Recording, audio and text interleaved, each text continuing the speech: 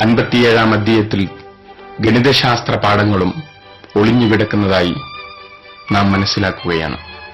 സംഖ്യാശാസ്ത്രപ്രകാരം അൽ ഹദീദ് എന്ന പദത്തിന്റെ മൂല്യം 57 ആണ്.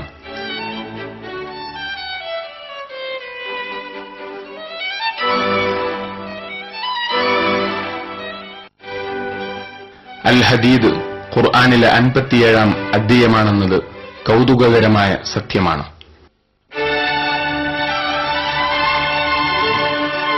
മറ്റൊരത്ഭുതം കൂടി. ഹദീദ് എന്ന വാക്കിന്റെ മൂല്യം സംഖ്യാശാസ്ത്രപ്രകാരം 26 ആണ്. ഇരുമ്പ് എന്ന മൂലകത്തിന്റെ ആറ്റമിക് നമ്പർ 26 തന്നെ.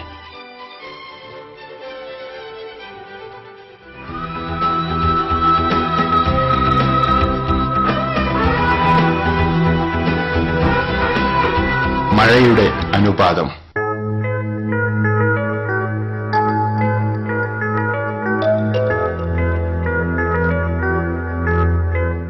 കാറ്റിന്റെ ചലന സ്വഭാവത്തെക്കുറിച്ചും അതുവഴിയുണ്ടാകുന്ന മഴയെക്കുറിച്ചും ഖുർആൻ വിശദീകരിക്കുന്നുണ്ട്. 15-ാം അധ്യായം സൂറ അൽ ഹിജ്ർ 22-ാം വചനം.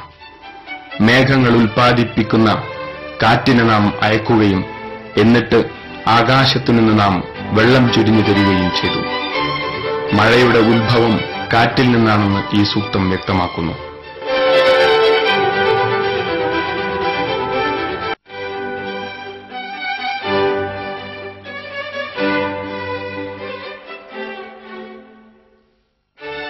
ഇരുപതാം നൂറ്റാണ്ട് വരെയും കാറ്റും മഴയും തമ്മിലുള്ള ബന്ധത്തെക്കുറിച്ച് അറിയില്ലായിരുന്നു. കാലാവസ്ഥാ പഠനം ഇന്ന് മഴയുണ്ടാക്കുന്നതിൽ കാറ്റിന്റെ പങ്കെന്തെന്ന് കൃത്യമായി കണ്ടെത്തിയിരിക്കുന്നു. സമുദ്രത്തിലെ ഉപരിതലങ്ങളിലുണ്ടാകുന്ന തിരമാലകളുടെ ഫലമായി സൂക്ഷ്മ ജലകണികകൾ രൂപം കൊള്ളുന്നു. ഇവ വായുവിലേക്ക് എടുത്തെറിയപ്പെടുന്നു. ഈ എയർ റിസർവുകൾ കരയിൽ നിന്നും കാറ്റിന്റെ സഹായത്തോടെ വന്നെത്തുന്നു. പൊടിപടലങ്ങളുമായി യോജിച്ച് അന്തരീക്ഷത്തിന്റെ ഉയർന്ന പാളികളിലേക്ക് ഉയരുന്നു. കാറ്റിന്റെ സഹായത്തോടെ ഈ കണികകൾ വീണ്ടും ഉയരുന്നു. ജലബാഷ്പവുമായി പ്രവർത്തിക്കാനിടവരുന്നു.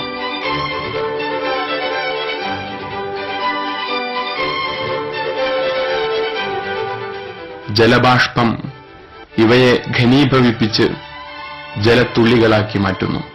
ഈ ജലത്തുള്ളികൾ യോജിച്ച് മേഘങ്ങളായി രൂപാന്തരപ്പെടുകയും മേഘങ്ങൾ മഴയായി ഭൂമിയിൽ പെയ്യുകയും ചെയ്യുന്നു. സമുദ്രത്തിൽ നിന്നും സൂക്ഷ്മ കണികകളുമായി ഉയർന്നു പൊങ്ങുന്ന കാറ്റ് ജലബാഷ്പവുമായി ചേർന്നാണ് മഴമേഘങ്ങൾ രൂപം കൊള്ളുന്നത്. കാറ്റിന് ഈ സ്വഭാവവിശേഷം ഇല്ലാതിരുന്നെങ്കിലോ മഴയെന്ന അനുഗ്രഹം ഭൂമുഖത്തിന് അന്യമാവുമായിരുന്നു.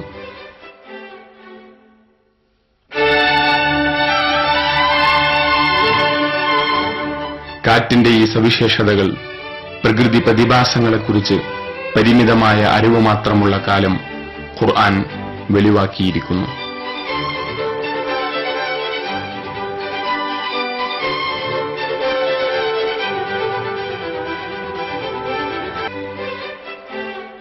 ഭൂമിയിൽ മഴ പെയ്യുന്നത് കൃത്യമായ തോതനുസരിച്ചാണെന്ന് ഖുർആൻ പറയുന്നു. ആകാശത്തു നിന്ന് ഒരു തോതനുസരിച്ച് വെള്ളം വർഷിപ്പിച്ചു തരികയും ചെയ്തവൻ എന്നിട്ട് അതുമൂലം നിർജീവമായ രാജ്യത്തെ പുനരുജ്ജീവിപ്പിച്ചു. അതുപോലെ നിങ്ങളും പുറത്തു കൊണ്ടുവരപ്പെടുന്നതാണ്. അധ്യായം സുഖ്റുഫ് 11-ാമത്തെ വചനം.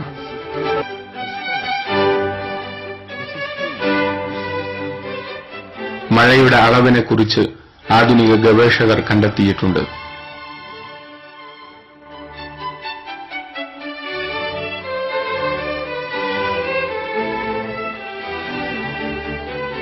ഒരു സെക്കൻഡിൽ ഏകദേശം 1,60,00,000 ടൺ ജലം ഭൂമിയിൽ നിന്ന് ബാഷ്പീകരണത്തിന് വിധേയമാകുന്നുണ്ട്. ഒരു വർഷത്തിൽ 513 ട്രില്യൺ ടൺ ആണ് ഇത്. ഭൂമിയിൽ ഒരു വർഷത്തിൽ മഴയായി പെയ്യുന്ന ജലത്തിന് തുല്യമായ അളവാണിത്. ആവർത്തിക്കപ്പെടുന്ന ഒരു ചക്രം പോലെ ജലം വിനിമയം ചെയ്യപ്പെടുന്നു. ഈ ജലചക്രമാവട്ടെ ജീവന്റെ നിലനിൽപ്പിന് അത്യന്താപേക്ഷിതമാണ്. സാങ്കേതിക വിദ്യകൾക്ക് ഈ ജലചക്രം കൃത്രിമമായി സൃഷ്ടിച്ചെടുക്കാൻ സാധിച്ചിട്ടില്ല എന്നതാണ് സത്യം. ജലസംക്രമണത്തിന്റെ തോതിലുണ്ടാവുന്ന ചെറിയ വ്യതിയാനം പോലും ഭൂമിയിലെ ജീവന്റെ നിലനിൽപ്പിനെ ബാധിക്കാനിടയുണ്ട്. പാരിസ്ഥിതികമായ അസ്ഥിരതയ്ക്ക് കാരണമാക്കിയേക്കാനും മതി. എന്നാൽ ഇതൊരിക്കലും സംഭവിക്കുന്നില്ല. ഖുർആനിൽ പറഞ്ഞതുപോലെ മഴവെള്ളം അതിന്റെ കൃത്യമായ അളവിൽ ഭൂമുഖത്ത് എത്തിക്കൊണ്ടിരിക്കുന്നു.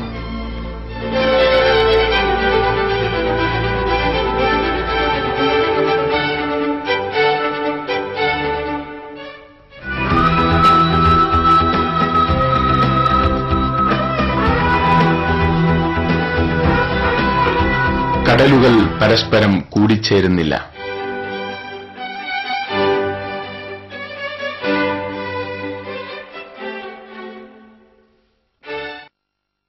രണ്ട് കടലുകളെ ജലാശയങ്ങളെ തമ്മിൽ കൂടിച്ചേരത്തക്ക വിധം അവൻ അയച്ചുവിട്ടിരിക്കുന്നു.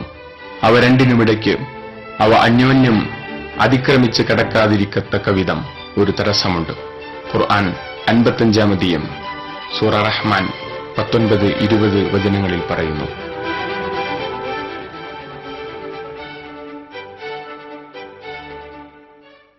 സമുദ്ര പഠനം നടത്തുന്ന ശാസ്ത്രജ്ഞർ കണ്ടെത്തിയിരിക്കുന്നത് കടലുകൾ പരസ്പരം ചേർന്നു നിൽക്കുകയും എന്നാൽ ഒന്ന് മറ്റൊന്നിൽ കൂടിച്ചേരുകയോ ലയിക്കാതിരിക്കുകയോ ചെയ്യുന്നത് കടലിന്റെ ഉപരിതല സമ്മർദ്ദം ഒന്നുകൊണ്ട് മാത്രമാണെന്നാണ്. ഖുർആൻ പറഞ്ഞതും മറ്റൊന്നല്ല. കടലുകൾ ഒരിക്കലും കൂടിച്ചേരുകയില്ലെന്ന് ഖുർആൻ ഇവിടെ വ്യക്തമാക്കിയിരിക്കുകയാണ്.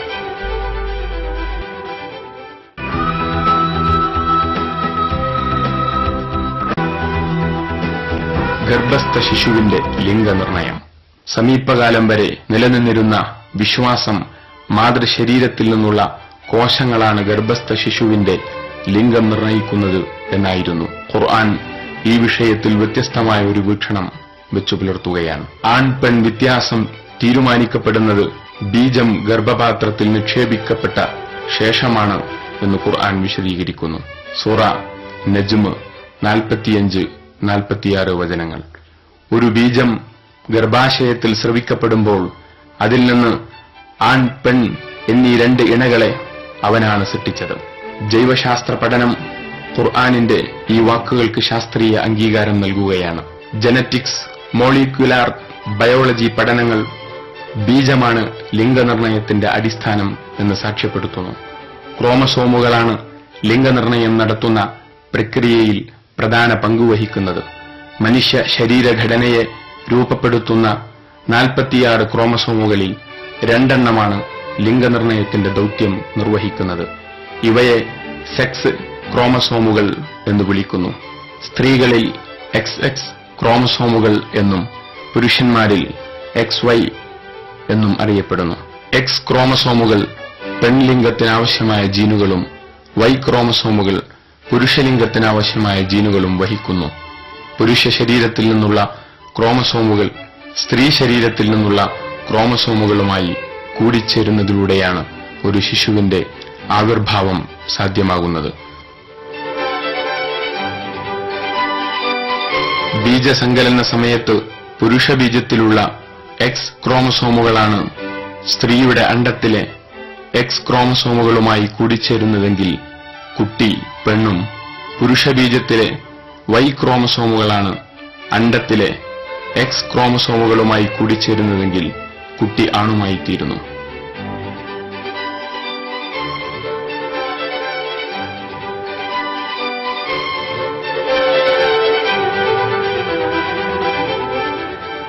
ഒരു കുട്ടിയുടെ ലിംഗവ്യത്യാസം നിർണയിക്കുന്നത് പുരുഷബീജത്തിലെ ഏത് ക്രോമസോമാണ് സ്ത്രീ അണ്ഡവുമായി കൂടിച്ചേരുന്നത് എന്നതിനെ അടിസ്ഥാനമാക്കിയാണെന്ന് വ്യക്തമാക്കപ്പെടുന്നു.